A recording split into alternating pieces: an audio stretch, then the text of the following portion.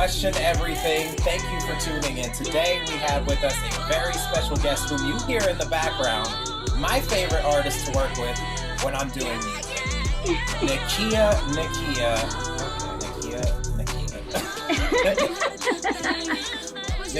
Hodges, whom you hear in the background. She is getting hers, getting mine. Single is out now? Yeah. Oh. Yeah. How does that feel?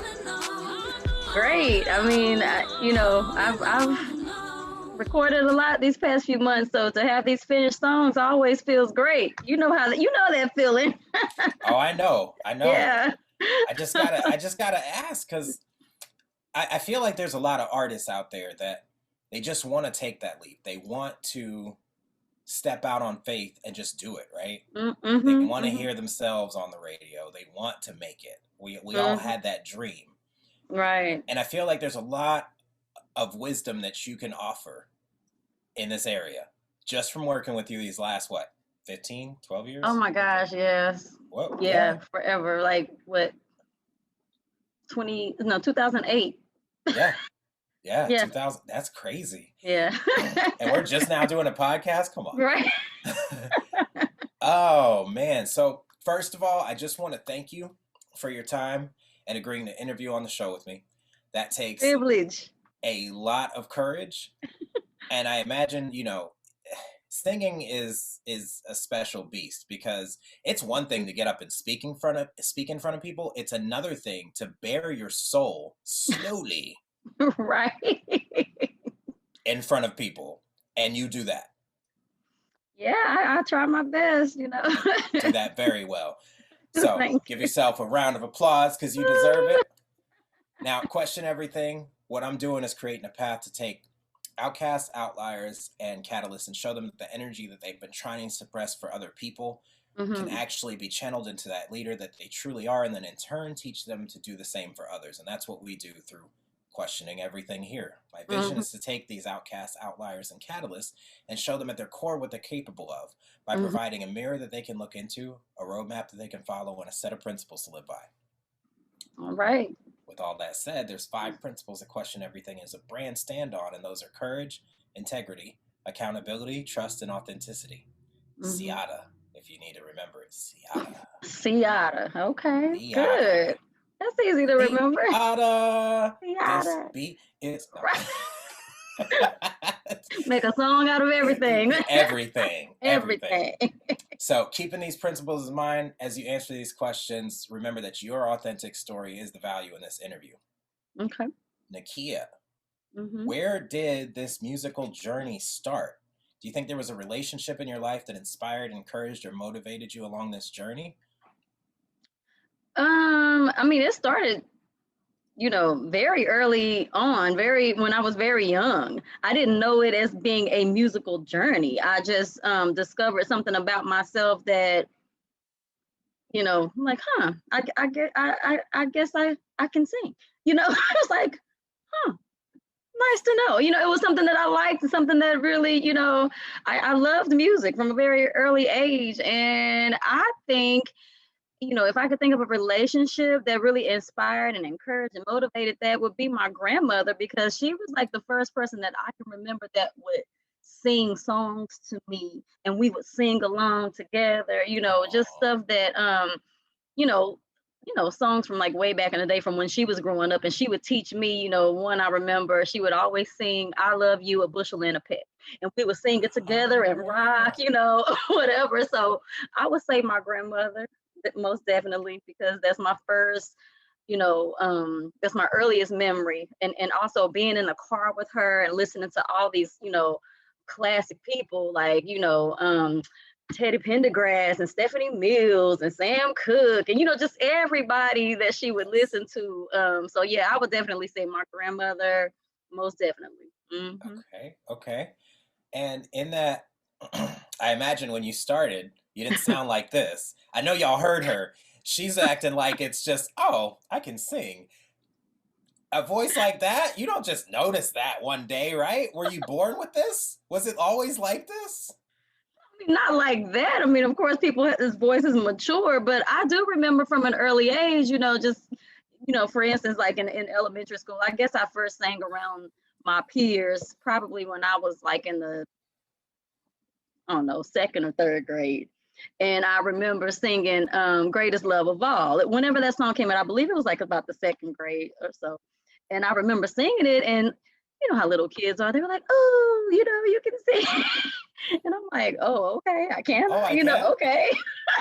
You know, so, Yes. I mean, you know, of course, you know, I guess you don't really, when you're young, you don't really know, but you just know based off of what everybody else says, and you're like, oh, okay, if y'all say so, you know, kind of thing, you know. Yeah, you know, So I noticed that when there's greatness in people, everyone else can see it but that person, right? yeah, I hid it for the longest. I hid it for a very long time. Nobody in my family knew. My friends at school knew, but my family did not know that I could sing and that I loved to sing. They didn't know. As a matter of fact, I used to pretend like I couldn't sing in front of my mom. I would be in the car singing horribly, knowing good and well that that's not how I sounded. I I don't know why. Well, I know why, but I kind of wish You I know hadn't. why? Huh? Yeah. I say, you know why? Yeah, I know why. Uh, I wish I hadn't hit it for so long, Yeah. but I don't know. It's like I didn't want any more. I didn't want any attention about it. I didn't want to put myself out there. I didn't want, you know how parents are. My baby can sing. I didn't want that. I didn't want to be put Yeah. out there, you know, Yeah. and then of course, you know, singing is a very personal thing. You know, Yes. what if other people say, and then other people are like, oh no, you can't sing, you know, and I was like, I don't want that, you know. Yeah. I wasn't Yeah. ready. I was not ready, you know, because my mom probably would have had me on Star Search. I wasn't ready for that, you know.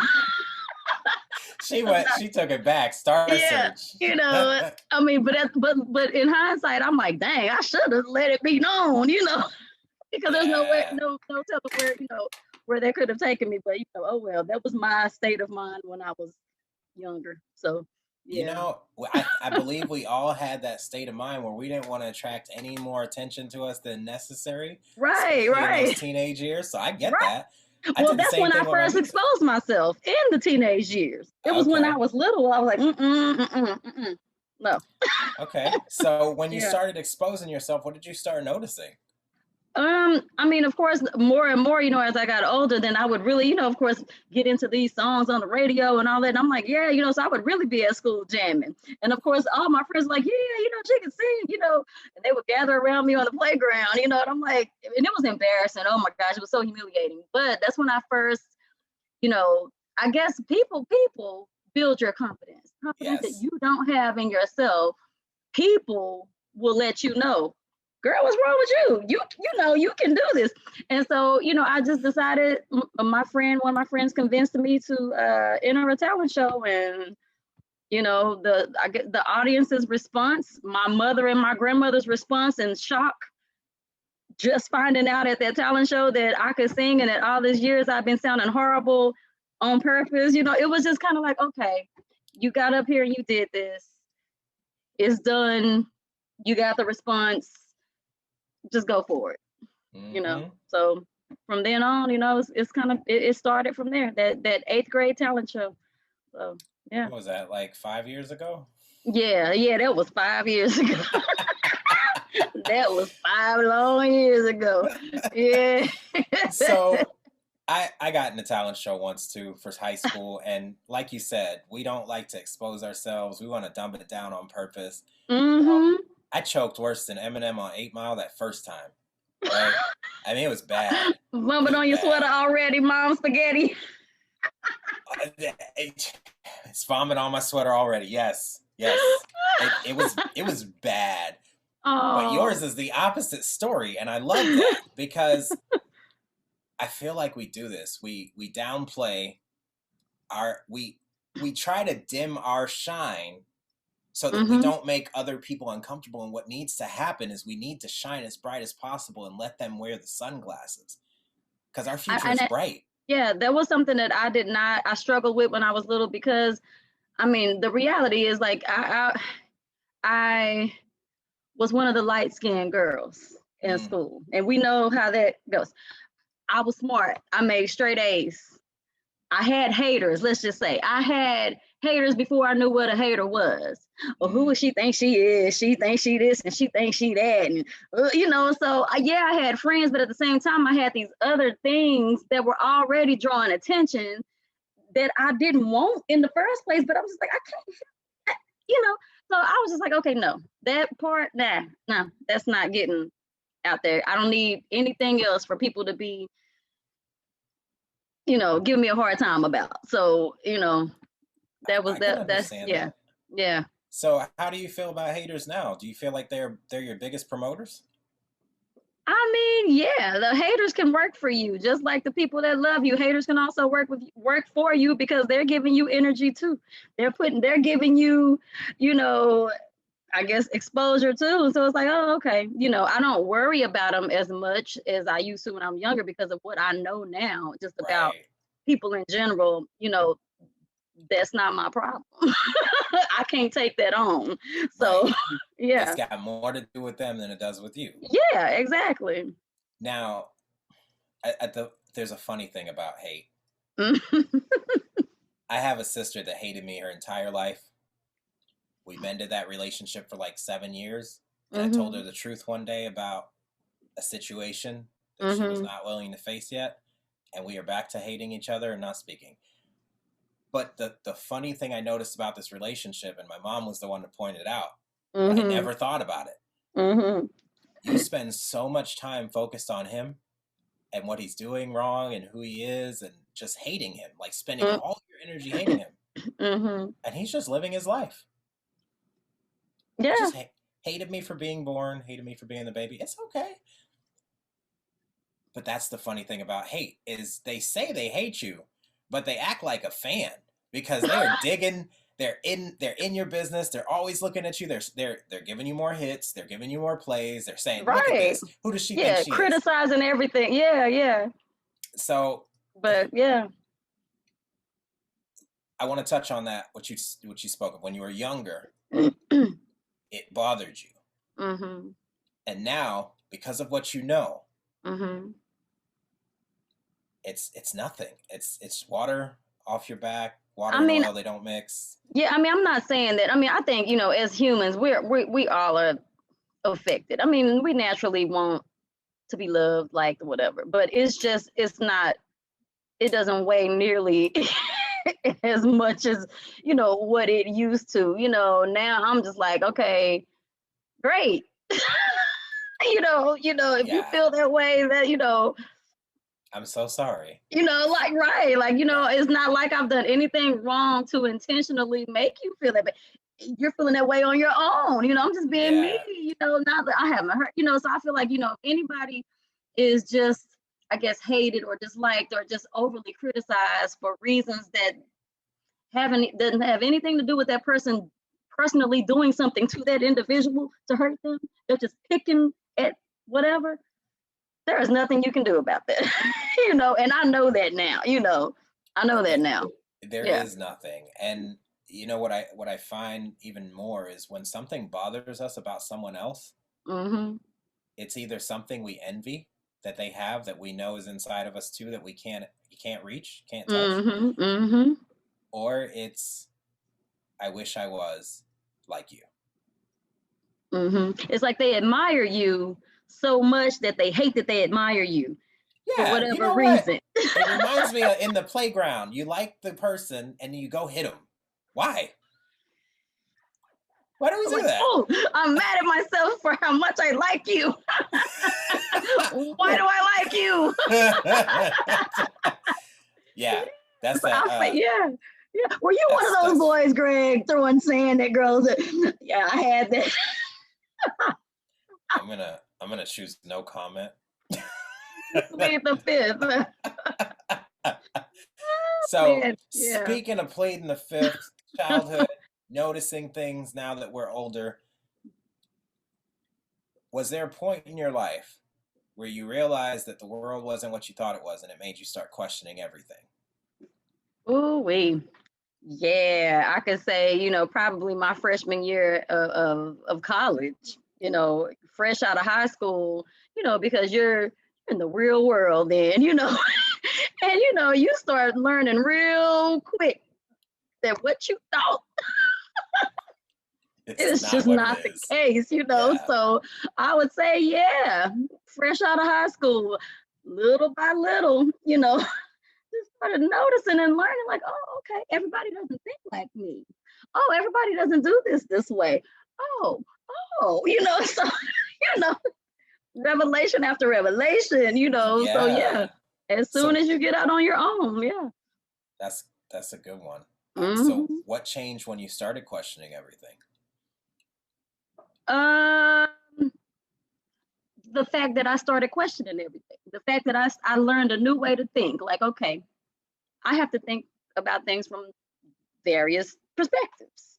I got to Mhm. see it from this side, this side, this side. Put myself in this person's shoes, this person's shoes, this person's shoes. You know, because that's the way I think you can function well in the world. That's empathy. You know, that's having Mm. an understanding. I mean, you don't have to agree with everything, but you can see it for what it is and be like, okay, you know, I can see that. I can understand that why they would feel that way or do this or do that. And I think, you know, if we adopt that way of thinking, it just I don't know. I think we would all function better, but everybody doesn't think of things from various angles, you No, know. this So and that's what changed about me. I started learning that that is a must. I have to do that.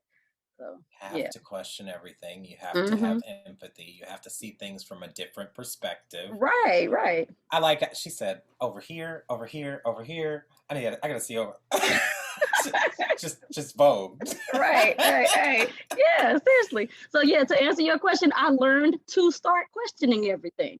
I learned that everything that I, you know, some things, not everything, but some things that I thought to be true, or you know, we grow up and we need to understand that, you know, sometimes we have to renew our minds, you know, in a way that we may not be comfortable with, but at the same time, everything is not, you know, everything you were taught growing up or that you thought you knew or whatever is not always what's right or what's true, or, you know. So that's what I had to kind of, you had to grow up. I had to grow up in that way.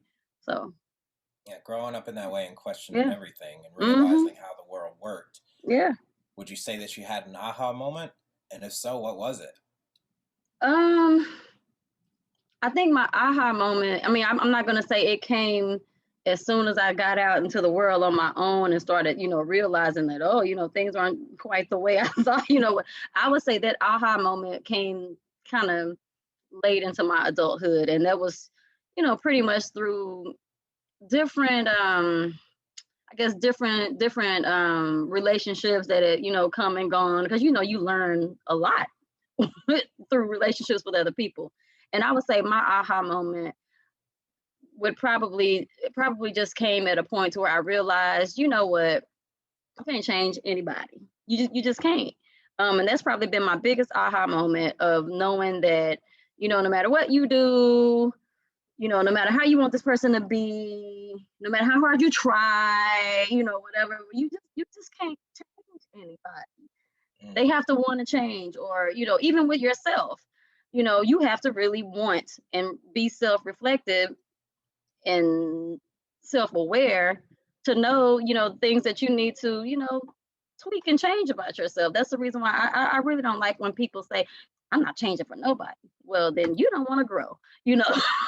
You don't plan on living any further because there is going to always be a needed change in you, you know. So, you know, I would just say it wasn't exactly a moment. It was just like a period of time where I realized when I thought about, you know, summing up all the relationships I'd had thus far with different people, friends, you know, significant others, whatever. It's like you just can't change anybody. You know, people have to want to change, including yourself, you know. So And yeah, change is the only thing that's constant. You exactly. said something. You Yes. have before Ongoing. you heal a man, you have to ask him if he's willing to walk away from the thing that's making him sick. There you go. And I spent just like you so much time trying to Mm-hmm. help and fix and think that I can be the savior for everyone, and Mm-hmm. just like, Including being the savior for yourself. And then you realize I can't even be the savior for myself. I need help. no. I need help with that too. Go and preach, girl. I didn't know we was having a sermon. Can I get a hallelujah? Hallelujah. Yeah. Hallelujah. Praise the Yes. Lord. Oh my dear. Yeah, buddy. So I know personally. So I didn't explain this well. I'm getting better at this whole podcasting thing. Introductions, intros, and outros are my weak point, and I don't know why. I don't like to say goodbye, and hello is always something random. N'qya is a singer-songwriter. Mm-hmm.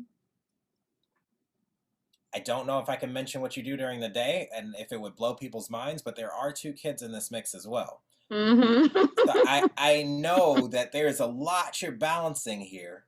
How do you find balance in this chaos? Kids, music, your day job? I would say that you have to be intentional about the time that you put into your schedule to do what it is that you have to do. Or else it doesn't get done. So there has to be time aside, and prioritizing is a major thing. But especially for the music. Yes, I have my day job. That's great. But for the music, I mean, tell you what, any downtime. There you go. It's the music. Any time available, that I have in my schedule, that's the focus, Mm-hmm. Talk to me about this downtime. What is this? Where can you find this? Can I buy this in the store? You know what? No, okay. I guess I won't say downtime because it's not downtime if I'm doing something that needs to be done. It's not like, oh, I can chill now. No, because I'm definitely not chilling. Right. So, right. So I'm just saying, like, I guess, it when you are intentionally scheduling something, then it's like, you can't. I don't think of music as work anyway. It's something that I do, and I think over time, and we've been knowing each other for so long, we know that you kind of, especially with something like music or any creative thing that you do, you have these periods where you just kind of go in and out of being motivated or being encouraged to do it, or but I do think that, especially last year with the pandemic, I realized that you can have a tendency to let everything else overcrowd something that really feeds you. And so I started being very intentional about making sure that I have that a part of my life. And then it just kind of morphed into something a little bit more, like, okay, I'm working on a project. I'm doing this again, like I'm doing this for real again, as opposed to years ago when I was just really on it. But I'm back on it. And so, that time, you have to make that time. Yeah, you got all this other stuff going on, but at the same time, this is important too. So you make the time to do it. So, yeah. Ooh, I love that you hear what she said, guys. She said, make time. Intentionally set the times. What? So I want you to talk a little bit more about this one. So I know, well, I don't know, but I assume, we know what happens when we assume. So I assume that it wasn't always clear that you had to intentionally set your schedule. So what was it like before you realized, and what brought you to the conclusion that I probably need a time box, like put some time on my schedule for this intentionally? Well, it's kind of like what I said, if you have a lot on your plate already, you can end up, I guess, putting more time into something, not to say it's not important, but you can end up accidentally or non-intentionally just kind of spending more time on this when it's not even, when what you really should be doing is this over here, So I realized that, you always realize that when you sit back and you think, man, I haven't done anything. I haven't been in the studio in 3 years, and it's like, poof, years go by, months, weeks turn into months, and those months turn into years. And one day you look up and it's like, oh my gosh, what have I been doing? Not to say I've just been, shooting the breeze, but at the same time, you realize I haven't been making time for me. I haven't really been making time to do what I love. I haven't been making time to do what I feel like is like my purpose, so you have to be really intentional because that matters, Okay, and in being intentional, yes, actually, I do know. Mm-hmm. Because you know me, Mm-hmm. 2008 to 2012, I wrote, produced, recorded, and Mm-hmm. featured with people on 16 different studio albums. Yeah. You were Yeah. on, I want to say, at least 14 of them. I mean, from the time I met you, you've been on every album I've done. There's been a song, whether it's the intro, or because I'm bad at intros, right? N'qya is on the songs, and I would send these people to my music page, but I'm just trying to, like you said, there's just years can go by, and then you're a different person, and you look back at your Yes. music, and you're like, what the hell was it? You remember me? It was a hot mess, girl. I don't.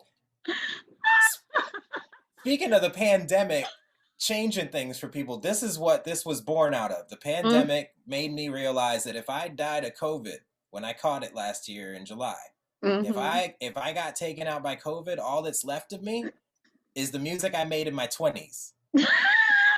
That is not how I want to be remembered. You don't want to go out like that, oh no. Oh man, could you imagine the eulogy? Like what? Yeah, like she like he said he likes to do this, but I don't know. I see why he didn't know. Well, she said she likes to sing, but listening to some of this stuff, I kind of see the reason why she let it go. That's so sad. It wasn't that bad. We were not that bad. It wasn't that bad. At the time, we were jamming. Okay, we was. We were. Hey, we cannot I mean, hate. We cannot hate on our younger, less experienced selves. We can't do that. No, and I want to say that this, you said 3 years can go by. How about 10? Yeah, more like 10, more like 8. Yeah. Mm-hmm. Yeah. 8 to 10 years. Yeah. I mean, maybe put out something here or there, but you said something that really hit a nerve. You can let time fly by and waste it on things that not necessarily are a waste of time, but that don't feed your soul. Mm-hmm. I can't tell you how many times I've tried to suppress my creativity because I was told in every institution, everywhere I worked, everywhere I went to school, that it was wrong to doodle in class. Mm-hmm. Well, doodling, I can tell you the exact conversation we had by looking at a picture I drew during the conversation versus writing notes. I was told that was wrong, and now my profession calls for me to talk, doodle, and talk doodle, and doodle, talk and doodle. Imagine that. Now, there's some fears along the way. I know, especially as a creative, right? Mm-hmm. We're geniuses. We can put things together. We can connect dots really fast. Do things that other people can't do, but there's still fear in there that has to be overcome. Would you say that there were any fears that you had to overcome in this journey? Oh yeah, like a lot. I mean, you mentioned earlier in the interview, just the fact of having to get in front of someone and sing. That alone was my fear my whole childhood, up until I was, in the 8th grade. So hello, yes, big time fear. Fear of being compared, fear of being criticized, fear of being an imposter, that imposter syndrome. Like, can I do this? Can I really? Wait a minute, I can't really do, Who am I to do this? Who am I? I can't do, yes, that alone. And I think pretty much every time, and I don't know if you feel this way, but I feel like every time I write a song, it's like I'm starting back at square one with, okay, wait, is this good? Is this gonna be good? Hold on. And it doesn't matter how many times that I guess I've proven to myself, okay, well, yeah, it doesn't matter. Every song, I'm back to the same thought, like, maybe this is not as good as what I thought. Maybe this, I don't know. And then somebody's, oh yeah, that's hot. I'm like, oh okay. Okay, I guess it is hot. I guess it is, and then here we come with another song. I don't know about this one. No. And it's just this ongoing doubt, this ongoing self-doubt that I don't know. So yeah, it's an ongoing fear. And I don't know if fear is a good word. Well, maybe it is. I don't know. Well, fear, nerves, they're good. They let you know you're alive. They let you know that what you're doing matters to you. because you're afraid to mess up. Afraid to mess up. You want to perfect it. Yeah. Now, this process you talk about, guys, when she says that she doubts herself, while everyone in the studio is just looking like, dude, this is banging. Like, we could release this tomorrow, and this is good. And she's like, I don't know. And then, like, just the process of making, I feel like we need to stream live us making a song, just so people could see this process. I don't think people understand the process. Yeah. Yeah. Last night, I was watching T-Pain make a song. Oh, really? I thought it would get on my nerves, because you know that process, that part of the process where we have to listen to it over and over and over, and then we do what do you call that? The alliterations to kind of get the flow of the song. So he kept doing that, but he was on auto-tune the entire time, so it was hilarious to listen to it and his process, to watch his whole process of making the song, and he finished it, and it was the coolest thing. And I'm like, man, I could have been streaming this kind of stuff long time ago. Yeah, this technology has been around. The pandemic just made it apparent that it made it a must that we use it. And then everyone realized that, oh, we can connect with people around the world. We can do all this stuff. No, it's been here. We just haven't been using it. I think what happened, I know this is the way I think about it. You know, and it's like sometimes you want to kick yourself. And I know you've probably been wanting to kick yourself for a while, because this what you're doing now, you should have been doing this a long time ago, for years. And I guess, you know, a part of that fear and self-doubt is nobody's going to want to listen. Nobody's going to watch that.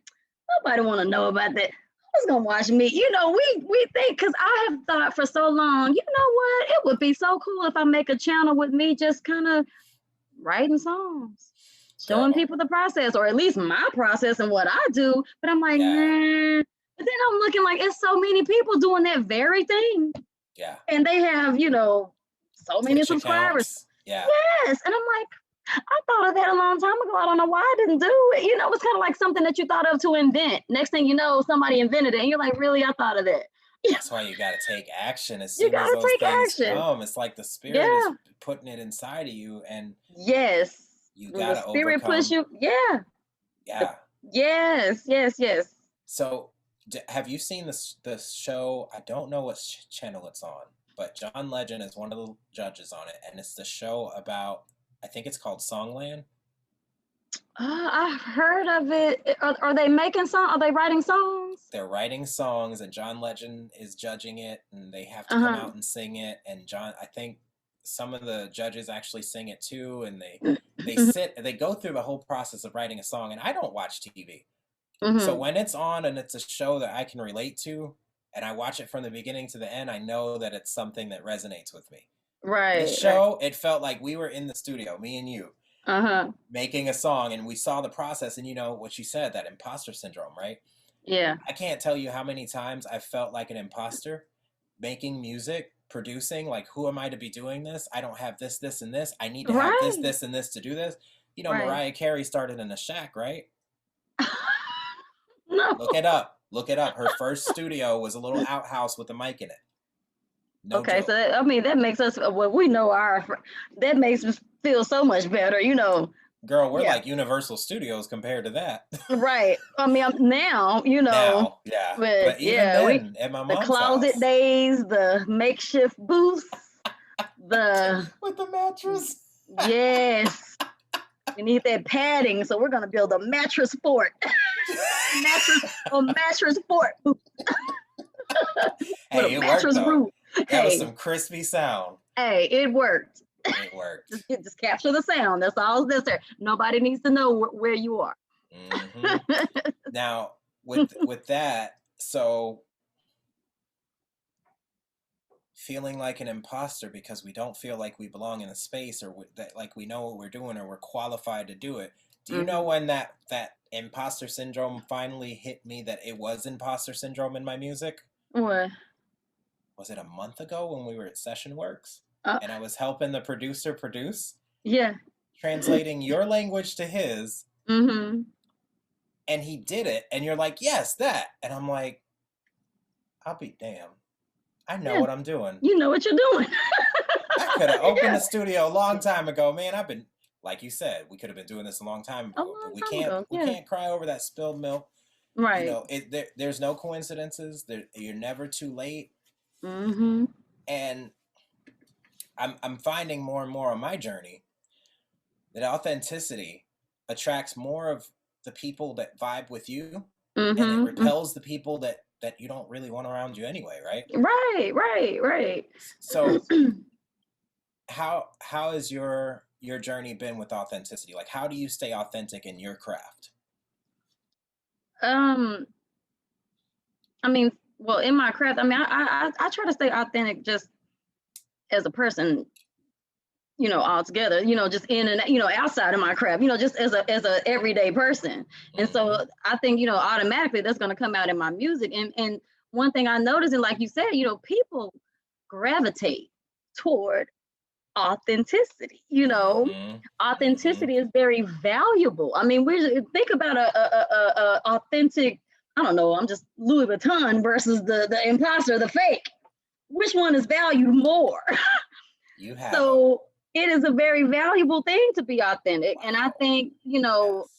when I'm thinking about songs and music and writing, when you want to write something and you're writing it from your, an authentic lens, or, you're being true with your emotions and your feeling or whatever, then people resonate, people relate to that, people are drawn to that. And, even, just being an artist, if you're someone that's relatable, authentic, down to earth, people are drawn to that. And so you just got to kind of be yourself and not, not, I think, not think less of yourself. Just be authentic. I mean, somebody's gonna like that about you, as opposed to not being authentic, so it's valued. That sounds like integrity anyway, right? Yeah, right. It's integral. Yes, it's integrity. Being the person you are, no matter where you are, no matter who's looking. Right. Now, I know there's a lot of artists that will tune into this from both of our audiences, and I want you to talk to the person you were before you became the person you are now. What kind of advice would you give? What would you suggest for someone struggling in this area of authenticity, being their true selves? What would you suggest? Okay, so I would suggest, first of all, the temptation to compare yourself, don't do it. Don't compare yourself with anyone else. Don't try to emulate or mimic anyone else. Love yourself for who you are, and then present that to the world, because that's why you were born. We're born unique to present our uniqueness to the world. Love who you are and present that to the world, because you are robbing this earth of what God created you to be when you don't. Exactly. Yeah, when you don't. Yeah. I love that. And you said something very valuable there too. You said that, first of all, stop comparing your blooper reel to everyone else's highlight reel. I believe that I'm gonna do this. I'm gonna cut to the scene right now where I said that. Stop comparing your blooper reel to other people's highlight reels. Stop comparing your blooper reel to other people's highlight reel, because that ain't real. So what's funny is that was the line that stuck with everyone from that episode. But it's so true. It is. It's very true. Everyone has a chapter of their book they're not reading out loud. Oh, yeah. Nobody wants to show that. No. Yeah. No. Nobody. But do you find that authenticity kind of warrants more authentic? Well, we just said that. You attract more authentic people to you, or more people to that authenticity. Mm-hmm. How did your life change when you made that, or when you had that realization to stop comparing yourself to others? I think when you're authentic, the people around you are comfortable to also be authentic. You are accepting. If they see you're accepting of yourself, then they trust and believe that you're going to also be accepting of them. as well. So you said, how did that change me? Yeah. I think the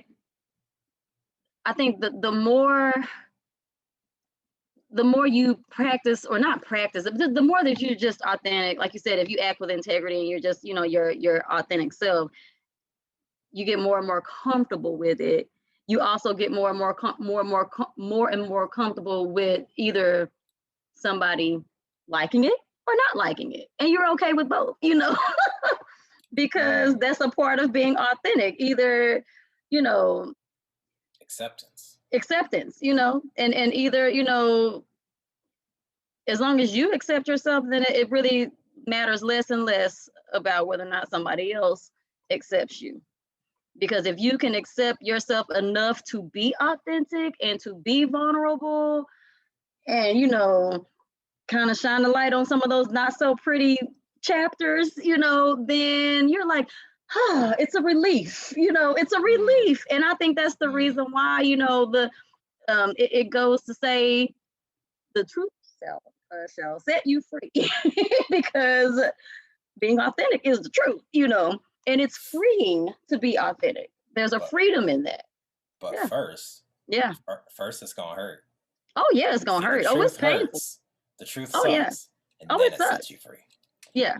But you have to be willing to, it may not be pretty. It's not gonna feel good. It's very uncomfortable. Everybody, when you're able to hide behind a mask, there's a comfort in that. You feel protected. Oh, nobody sees me, thank goodness.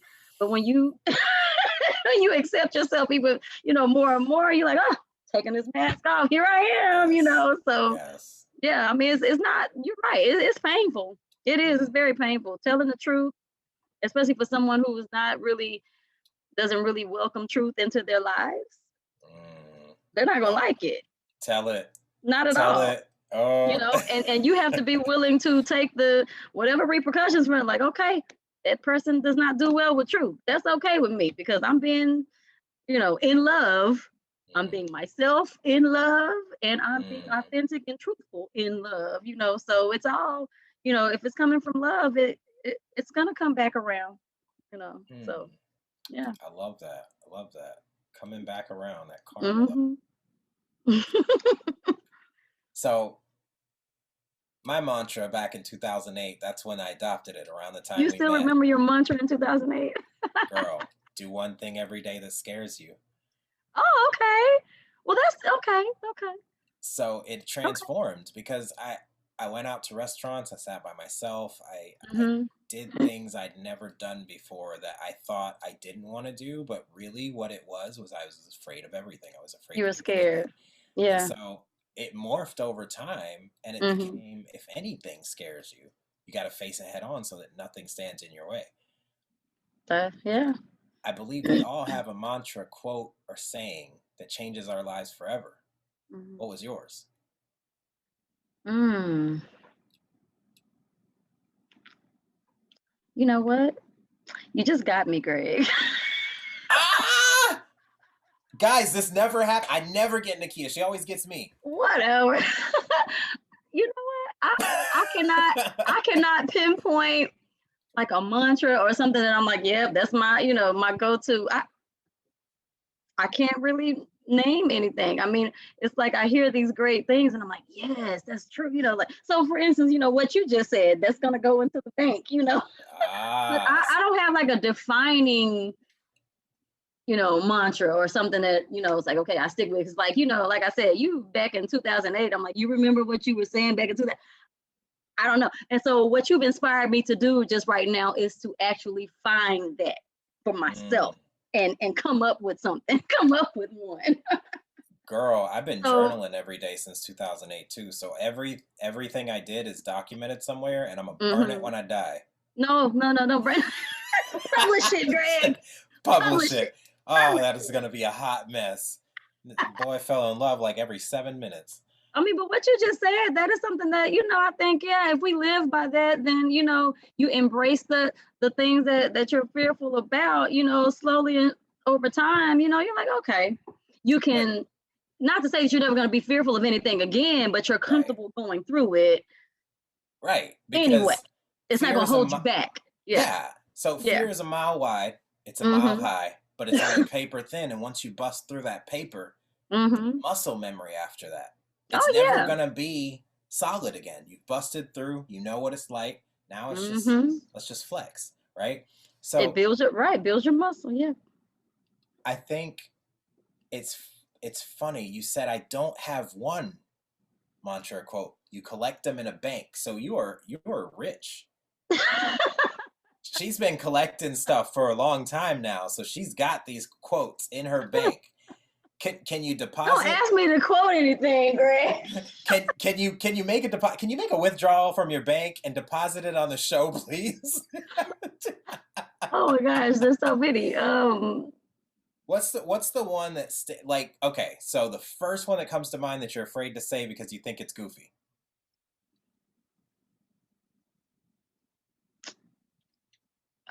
Oh gosh, Greg. It's so hard. So let's come back to that one because I know what's going to happen because this You're happens. gonna make me. We will move on and you could be like, oh yeah, now I remember what Betty Wright. Oh yeah, now I remember. So Oh, you, yeah. yeah. So Oh. this is my favorite question because this gives me life right here. Uh-huh. What is one question you think everyone should ask themselves? Ooh. I know this is gonna sound goofy, but I asked myself this last year. What are you doing? It's so simple. What are you doing? You know, you got to look in the mirror when you say like, that. what am I doing? Yeah, like, what are you doing? What are you Yeah. doing? It's like, what are you doing? You know, you're looking in the mirror. Either you can say, what am I doing? You know, like, or you can like, okay. Or look at yourself You like know, you're like not you. getting that third person. Like, what are you doing? Hold on. You know. So yeah. So just channel your inner guardian angel. Yeah. Like, what are you doing? What come on. Let's think about what we're doing here. Not only what are you doing, all the 5 W's and how. What are you doing? Why are you doing this? Yeah, that's the most important one. Why? Right. That's the one that's going to drive Who needs you. to be, who needs to be a part of your life and who needs to go? Who, you know, who does God want with you? Who are you not letting in, you know, because of whatever, you know, who are you not to say getting rid of, but who are you not willing to with? Yeah, like who are you not willing to stop associating with or to start associating with or whatever. So all those little, like, what are you doing? Why are you doing it? You know, who should be here with you? Who do you need? Who do you not need? You know, who needs you? You know, who don't need you? You know, you hear this? She is questioning everything. Yeah, I'm questioning it seriously. Like you said, I learned early on to question everything. Like, where should you be right now? You know, that's a big one. Where do you need to stop going? You know, you know. So yeah, all those W questions, you know, from the who to the what to the when, you know, when are you gonna start XYZ, you know? And these are really good questions because what they do is they get your subconscious going in a way that will solve the problem to the question that you're asking. There's something you said that really, really rung a bell here. So you said 5 W's and an H are you doing? You said what? 5 W's and an H are you doing? Who, what, when, where, why, how are you doing? Right. Right. That's what I'm gonna put right here. Yeah. Who, what, when, where? Oh, it's coming from here, right? I don't know. Who, what, when, where, how? Who, what, when, where? Who, what, why? when, where, why? No, how? Who, what, when, where, why, how? Yeah. Are you doing? Are you doing? I like that. I like that. Question everything. Not who are you doing, Greg? We can't say that. Who? Well, we gotta restructure that question. I plead the fifth. We gotta restructure that question. We can't say who at the are you doing. We can't attach. So just 5 W's and an H. That's the question. Who are you doing? What you're doing with? I don't know. I just got y'all know what worse. we're trying to say. It got worse. Yeah, y'all know what we're trying to say. Y'all know what we're trying to say. Yes, You know yes. exactly what we're trying to say. Really assess where you are and where you Yeah. want to be, and why are you where you're at and not where you say you want to be. Why does my blueprint for life not match what my life is right now? Mm-hmm. And how can I make it match? Yeah. I love this. This interview is gold for me. It's too. always a pleasure when I get to spend time. I wish this was in person. We could have done this in person. We live like what, an hour away from each other. Right.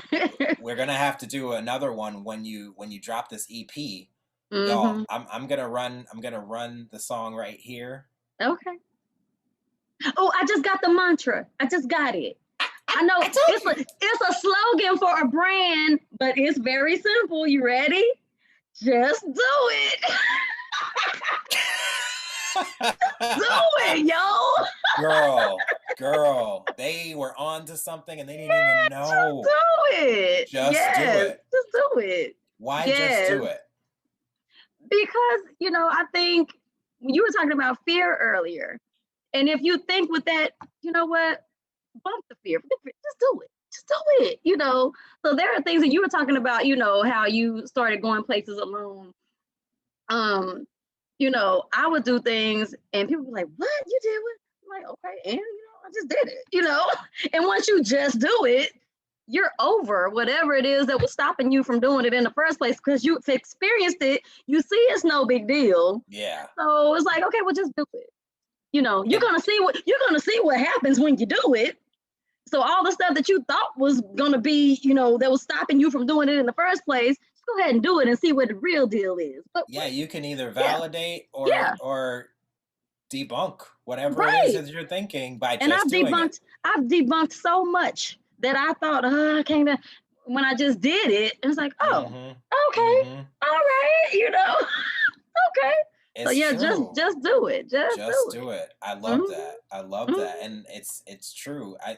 I like how mantras evolve with me. So I took that mantra too, but I've taken it. So sometimes it's too simple. I need to take it to the next level. So mine is, if I don't do it, I won't do it.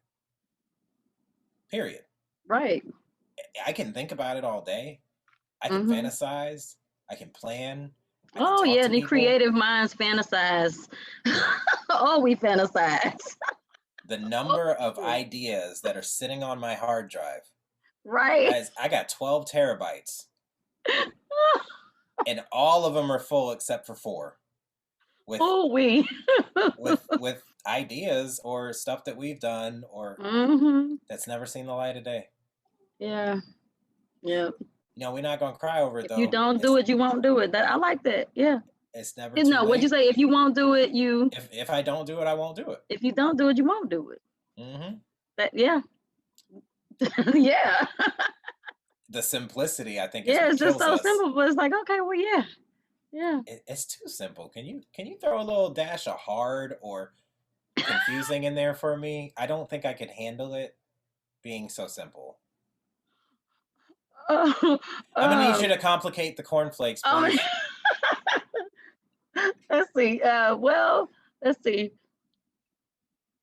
I mean, I'm thinking of I'm being too simple right now, because a lot of stuff is just so simple. It's like it's so simple. It's complex. It's complex how simple it is. Right. It doesn't make sense that it's just this. Yeah. It's like when the teacher would ask the multiple choice questions and you knew the answer, but you answered something else because it's like, well, it couldn't be that one. Right. That's too simple.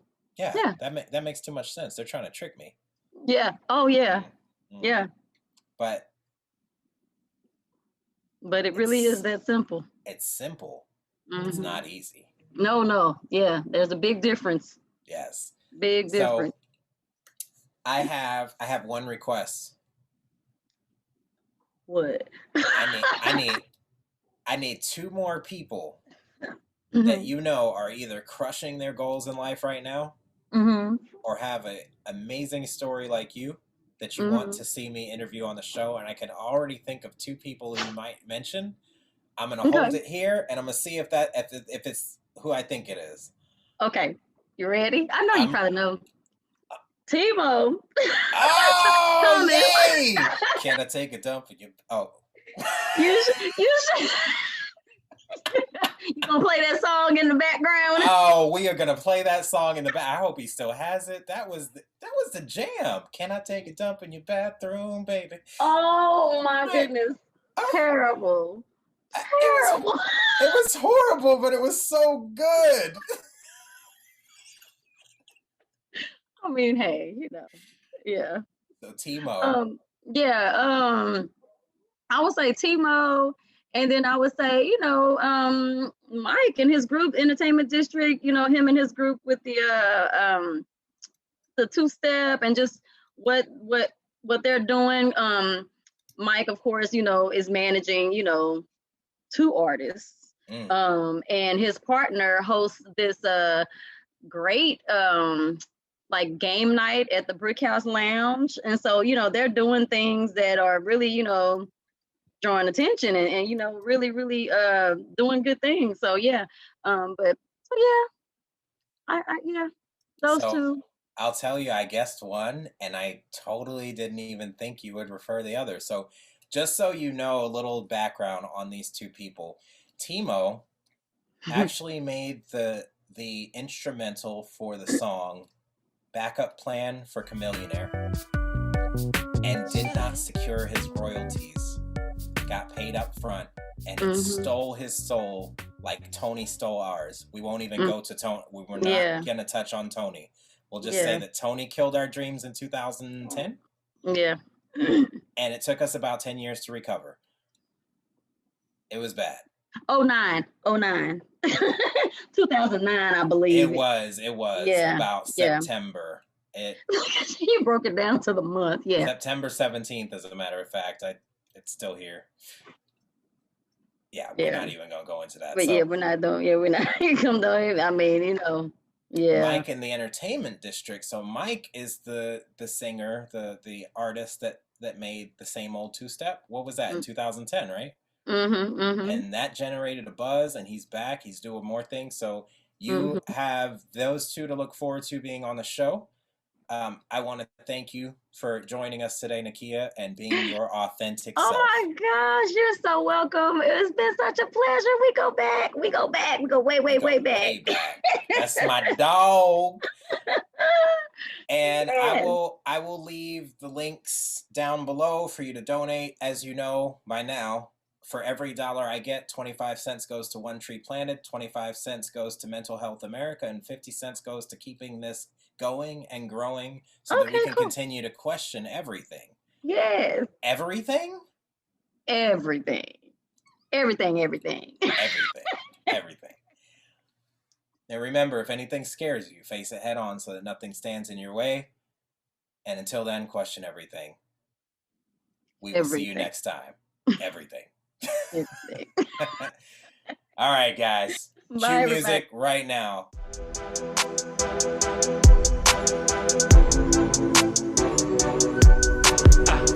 Yeah, legit. 3-6. N'qya. Hey, let's go. Let me paint a picture of me in a mirror, not liking what I see. I was got bigger, good head on my shoulders, but messed up emotionally. Looking back over my life. I've been wasting so much time. Time is so much more precious.